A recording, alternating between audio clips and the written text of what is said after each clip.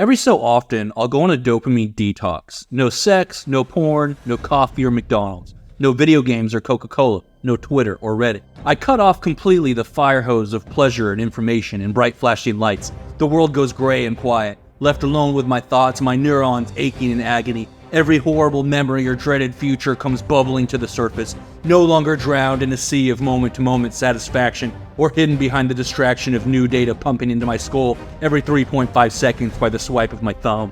When I'm pushed to the point that I need to do this, it's because my brain is so broken on dope that I've practically lost functionality. Stuck scrolling through Reddit for hours only to finally say that's enough and put it down, but in less than a minute I'm opening it back up again almost unconsciously and then saying, wait a minute, what the fuck am I doing?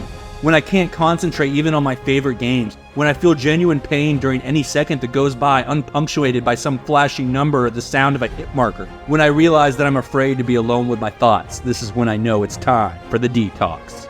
The detox will last a few days, sometimes even 10, then I'll finally say, okay, fuck this, and get some coffee. And you know what? It'll be the best cup of coffee I ever had.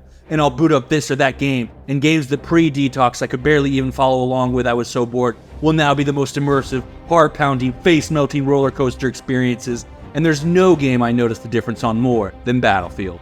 Pre-detox I could barely play Battlefield. I'd basically just vehicle whore and I'd get frustrated waiting for the little bird to spawn and just boot up COD or Pornhub instead. I'd get impatient walking from one flag to the next only to find like one or two guys. I'd be bored if I played an hour-long conquest match and only got like 20 kills. My mind would wander aimlessly because the match couldn't quench the thirst of all those extra dopamine receptors I grew scrolling Reddit porn, and because I couldn't pay attention I could barely play and would just get constantly owned, and I dreaded the 5-second wait in between each death because it feels like an eternity when you're used to seeing like 3 or 4 sick posts in that same amount of time.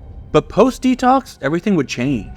I'd notice the sounds of birds in the background and the ambiance, and I'd appreciate the thrill of the hunt for each individual guy, the cinematic value of every only in Battlefield 4 moment, the sounds and immersion as I combat crawled through corpses and mud to cut the throat of some sniper. Instead of just spamming the little bird, I'd run the transport heli and strategically deploy respawn teammates at vulnerable flags, just taking in the whole battle and appreciating the moment. Even running from one empty flag to another, I'd feel how beautiful those graphics were, as if touring the maps I was actually traveling the globe. The detox completely changed how I played and experienced Battlefield.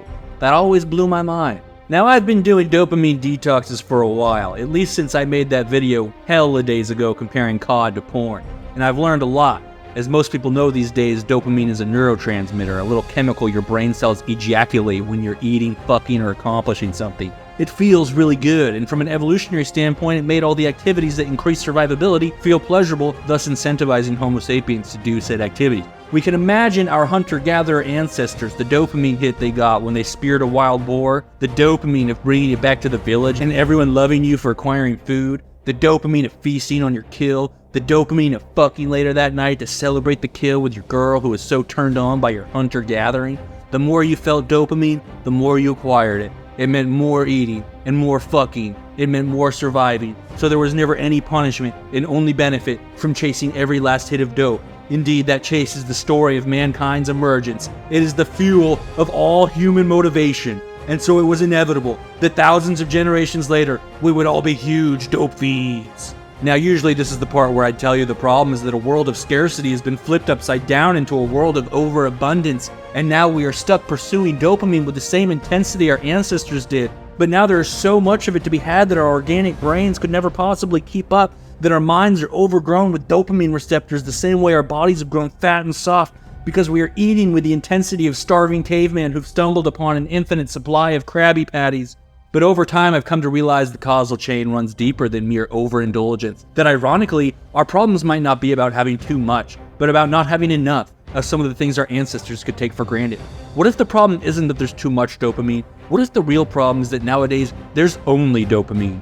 I read an interesting article recently about the de-evolution of culture, of how entertainment itself has given way to a culture of distraction, about how good art doesn't even matter anymore because what the average consumer prioritizes now is ceaseless activity for the sake of ceaseless activity. Our average attention spans have shortened by nearly a full minute over the last 2 decades. Hollywood and streaming services are rapidly losing market share to TikTok. You'll notice more and more of the major social media apps have adopted the TikTok-esque scroll layout. The goal is just always infinite scrolling, that little neurochemical hit every time a new piece of content appears in front of you. To quote the article's author directly, even the dumbest entertainment looks like Shakespeare compared to dopamine culture. You don't need Hamlet. A photo of a hamburger will suffice, or a video of somebody twerking, or a pet looking goofy. Instead of movies, users get served up an endless sequence of 15-second videos. Instead of symphonies, listeners hear bite-sized melodies, usually accompanied by one of these tiny videos. Just enough for a dopamine hit and no more. The thing to remember about dopamine is that it's habit forming. The more dopamine you pump, the more your brain adapts to absorb all the extra dope. But then, once it's adapted, you have to maintain those same levels of dopamine just to feel normal. It's not unlike getting overweight because you ate a bunch and then having to eat more just to feel satisfied. And this is the central mechanism of addiction. Now, instead of that constant dopamine stream feeling good, it only feels normal. And without it, you feel like shit. So you have to maintain. Now, everything has to cater to your fucked up overdope neurons. It's not as extreme, but it's quite literally the exact same biomechanism behind heroin addiction. In the midst of this, it's important to remember that video games are competing in the same media market. Our games are competing against TikTok. How does a video game compete against the ceaseless activity of scrolling? How does a video game compete with on-demand dopamine hits with no more than a 5-second cooldown? One obvious example would be Call of Duty, as I pointed out in detail a decade ago, and the game has only devolved further since then. In my time, the Nuketown 24/7 playlist was a rare occasion to celebrate double XP weekends or Christmas. It happened a handful of times a year. But modern COD has Rust 24/7, Shipment 24/7, and Meat Locker 24/7 playlists that are always live. This is dopamine culture at work. You just spawn in and hold right trigger and wait for someone to walk in front of you. You've heard of shooting fish in a barrel? Modern COD is 2 barrels of fish shooting at each other. But COD was always meant to be free dopamine from its very conception. The problem arises when games like Battlefield have to try to satisfy dopamine culture. Just as Shakespeare could never be broken down into 7-second videos without losing the essence of what makes it Shakespeare, so too can Battlefield never be broken down into pure dopamine hits without losing the essence of what made it Battlefield. For Battlefield to compete with TikTok Reels, it will have to abandon its most unique and rewarding gameplay.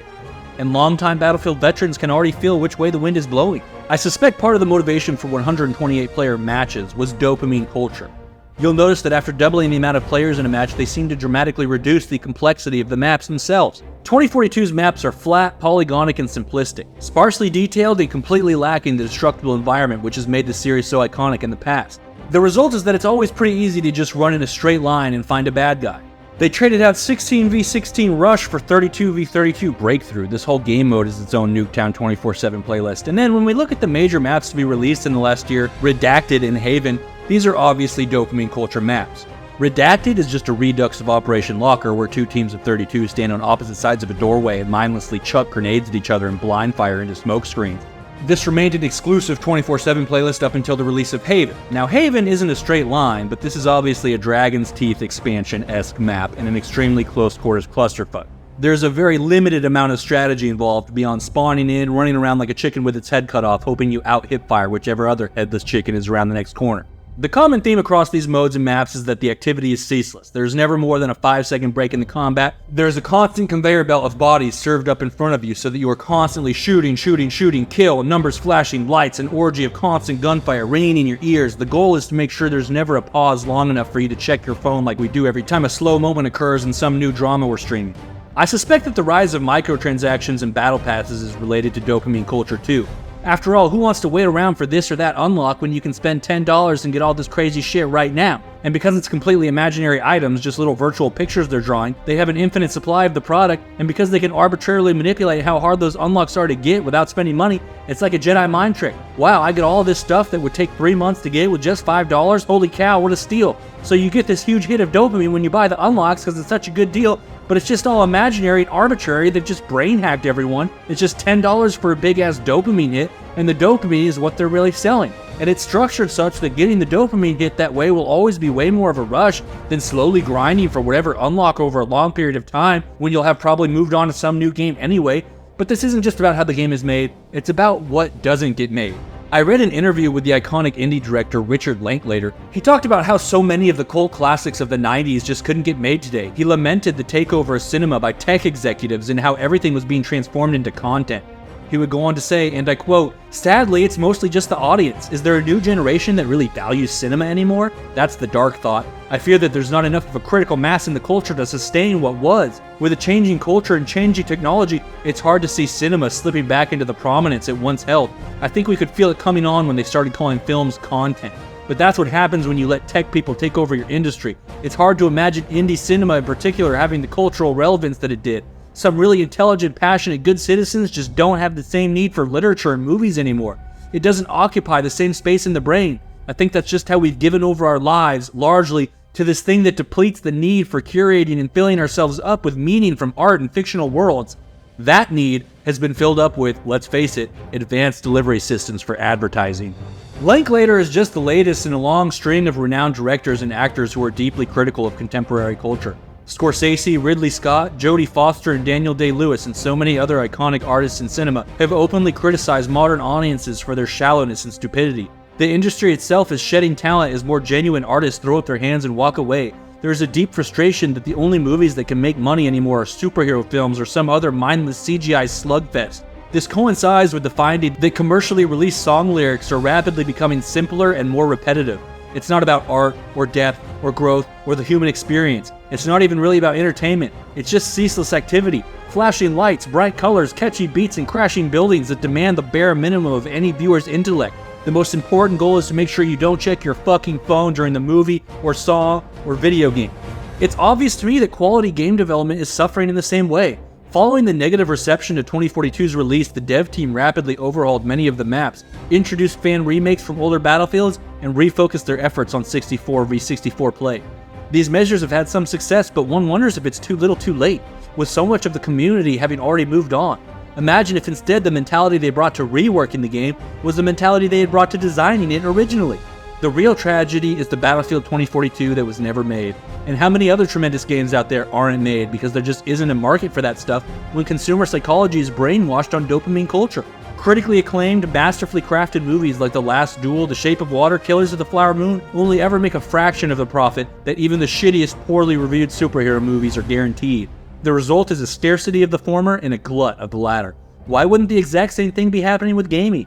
The problem is a broken culture, and many an intellectual wants to thumb their nose at the masses and say, well, people are just tasteless, brain-dead morons, you fucking monkeys. But I don't think that's it. In fact, I hardly blame the consumers themselves for their broken, dope-addled brains at all. I really think everyone's doing the best they can. The real problem at the root of all this is that everyone is working too much. As I've mentioned before, the 40-hour workweek was established by car manufacturers as the standard amount you could work a human being before their minds started breaking down, resulting in costly errors of production. It is the maximum the mind can handle, and so the 40-hour workweek is the standard, which every productive citizen strives to achieve in the name of freedom or whatever. But consider what this means for that worker outside their workplace. It means that any housework, childcare, or errands required of them in their personal lives are going to already be pushing them past the healthy limit of productivity. It means that by default, the average citizen is already clinically burnt the fuck out by the time they sit on the couch to watch a movie or play a video game. Burnt out means difficulty concentrating, memory issues, brain fog, and we expect these poor souls to dedicate their last 3 molecules of brain juice to the complex aerial combat of Battlefield 1, or assessing the legacy of capitalism's impact on Native American relations and Killers of the Flower Moon? Of course not. We have devolved into dopamine culture because endless scrolling and running in a straight line hip firing are the only forms of entertainment left that don't demand more of our already overtaxed brains. The other thing there isn't time or energy for? Emotions. Processing grief after the death of a loved one, or other difficult emotions from difficult events, takes considerable time and energy. It's not the kind of thing that can be squeezed out in a weekend. It's not the kind of thing that can be half-assed while you're simultaneously busting ass through the day's work challenges, and if it's not processed, it doesn't go away. I read another article recently arguing that Americans haven't fully processed their emotions from the COVID era. Ever since COVID, Americans, as measured by a variety of consumer sentiment and other mood research surveys, have been deeply unhappy. This, despite the pandemic receding and economic indicators returning to record highs, which in the past correlated to high levels of life satisfaction and well-being, but now cannot seem to budge the typical American sense of malaise. The clinical psychiatrist the article interviewed pointed out that when we hold on to emotion, it can manifest itself in reaction to completely unrelated events, like when you're pissed off about work and take it out on the random who completely wasted the tank for the 3rd time on Haven. But I don't even think it's just COVID. I think there's so little time for processing any emotion, the grief and anger we all have to suffer from time to time, that every single person just has this huge backlog of crap in their system, and so they're cranky as hell and taking it out on each other, which just further exacerbates everyone's already overflowing emotional backlog? And so people get home from work and they're just sitting there at home and they just feel like dog shit. And they're pissed off and sad about a million different things from the last 10 years, half of which they can't even remember, so they just feel like shit in general. And what do you do when you feel like shit but you don't know why and you can't make it stop? You distract yourself. You find something else to focus on completely so you aren't in your own head. Some chemical to pump to feel better. I mean, let's face it, how sad can you be when you're in the middle of an orgasm to two big-titty Latina milfs? More and more researchers are talking about the dopamine feedback cycle of TikTok and Instagram and sports betting and whatever else like it's a drug addiction. But when it comes to any addiction, the common culprit that's always revealed at the end like a Scooby-Doo monster unmasking is environment. Abusive environments, lonely environments, dull environments. The addict clings to the distraction, even despite recognizing the life consequences, because it's the only thing that can distract them, numb them to the pain of their everyday life. So is it crazy to think that the average consumer's fealty to dopamine culture is the result of environment as well? Of an environment where so many people just straight up feel like shit by default because they're overworked and holding on to decades of unprocessed pain, just desperately looking for anything that will bring relief for at least a weekend? And what better way to keep the distraction going than to ensure you can instantly swipe onto a new distraction the very moment your interest in this cat video fades and you get bored and start to think your own thoughts and feel your own emotions again. Over the last 10 years, as I've struggled to balance my own dopamine intake, I've come to realize that the two most effective detox methods are travel and magic mushrooms. When I'd go on some week-long trip with a girlfriend, I would find peace. Just lackadaisically exploring some small beach town, hanging out with someone you love, laying out calmly at the beach, not worried about this or that, not stuck in the conveyor belt of drudgery where every day is stressful and exactly the same and lonely because the people you like to be around are all stuck at their own jobs and too tired to have meaningful interactions by the time any of you get home. When I traveled, entire weeks could go by without video games or coffee. Maybe you'll have sex, but it's not the same bingy, overindulgent orgasms on Pornhub 3 times a day. I'd forget social media exists. I'd be at peace just watching American Ninja Warrior in the hotel room. And by the time the trip was over, I'd realize how long it had been since I played video games, or opened Pornhub, or scrolled Twitter, or drank a half gallon of coffee, and I'd be genuinely surprised that whole weeks had gone by and I hadn't even noticed that I'd given those things up completely. I think someday we're going to get our real-world environment properly adjusted and the whole world is going to be shocked at how quickly we can heal, at how quickly everything gets better. I noticed also how magic mushrooms change everything. At my darkest hour, I took some with some friends because fuck it, why not? It was a great trip, and I ended up crying. I cried deeply as I felt all these complex emotions that I didn't even realize were inside of me, and I felt God that night. It felt so good to cry, and I was shocked when the next day, and for a long while thereafter, my mind felt like it had been through the most effective dopamine detox of all time. Even though I hadn't attempted an actual detox for months, it was pumping dope even up till the night I took the shrooms. The shrooms were like a magic detox in a chocolate bar, a free, instant, painless detox. No struggle for self-control lasting days or weeks, just one fun night and you feel better the very next morning. I played Battlefield 5 that morning. I hadn't been able to get into the new sequel previously because it had released amidst a phase of my life when I was so broken on dope that just navigating the class customization menu gave me a headache. I just literally could not process information that didn't come wrapped in free dopamine. But that morning after the shrooms, I felt so fresh, and everything was so vivid, I didn't even want to numb myself on COD. COD suddenly seemed dull and repetitive. My whole brain chemistry had been rewired, so I boot up Battlefield 5, and I'm playing the Pacific Theater expansion. And holy shit, man, the colors were so fucking beautiful. I was really there on Iwo Jima. I was so lost in the moment. I played Battlefield as if it were an immersive open-world RPG. I felt the story of it and the thrill of jets flying overhead, and I didn't mind the hikes through the fields and the beaches and the jungles because it was so fucking beautiful. Every ray of light, every blade of grass was its own full-bodied orgasm. I wasn't surprised later on when I read up on magic mushrooms online and found out that clinical studies have shown them to be night and day more effective antidepressant treatments than traditional SSRIs, and that many of the largest pharmaceutical companies are already running clinical trials to bring a magic mushrooms medicine to market. If you play stocks, you want to put your money in whichever company gets that medicine to market first, because I'm telling you, when they do, SSRIs aren't even going to be prescribed anymore. When we're avoiding difficult emotions tucked away in our brain cells, I think we basically don't get to use those brain cells. You can almost imagine experience as coming to you through a series of pipes. When too many of those pipes are clogged, you aren't able to experience anything as fully. You are numb. And so when you can release those emotions and unclog everything, it exponentially heightens the depth of every single sensation, big and small. Every color is more colorful. Every beautiful sound sounds more beautiful. Every physical touch is more significant. Everything is more. Everything is deeper. Have you ever tried to smoke a clogged bong when it's so clogged that there's just a tiny little opening? What happens is you have to suck with all your might, like a fucking vacuum cleaner, just to get even a tiny little wisp of smoke out of it. I think the modern world has turned all our brains into clogged bongs, and so to feel anything at all, we have to go to incredible lengths and rely on only the most high-octane and absurdly pleasurable experiences. When people are stuck scrolling endlessly, it's the same shit as when you see someone huffing and puffing on a clogged piece, the desperate effort and broken equipment. This is why we must all take way more magic mushrooms and way more vacations. We need to decriminalize magic mushrooms nationwide. We need 4-hour work weeks and guaranteed paid vacation for all Americans. Ask yourself, what is the point to all this technology, phones, computers, planes, and AI, if in the end we are all still stuck, slogging in drudgery, all the same, if not worse, than the previous generations who fought so hard to give us a better life? We must learn from the French, who work to live, and mock us Americans that we live to work. We must heighten our understanding of the work-leisure balance. We must realize that living outside of work isn't mere pleasure. It is about the labors of love, the labors of art and depth and growth and understanding, of building a culture of humanity that is worth working for. Only then will we have the battlefield game we truly deserve, and so much more.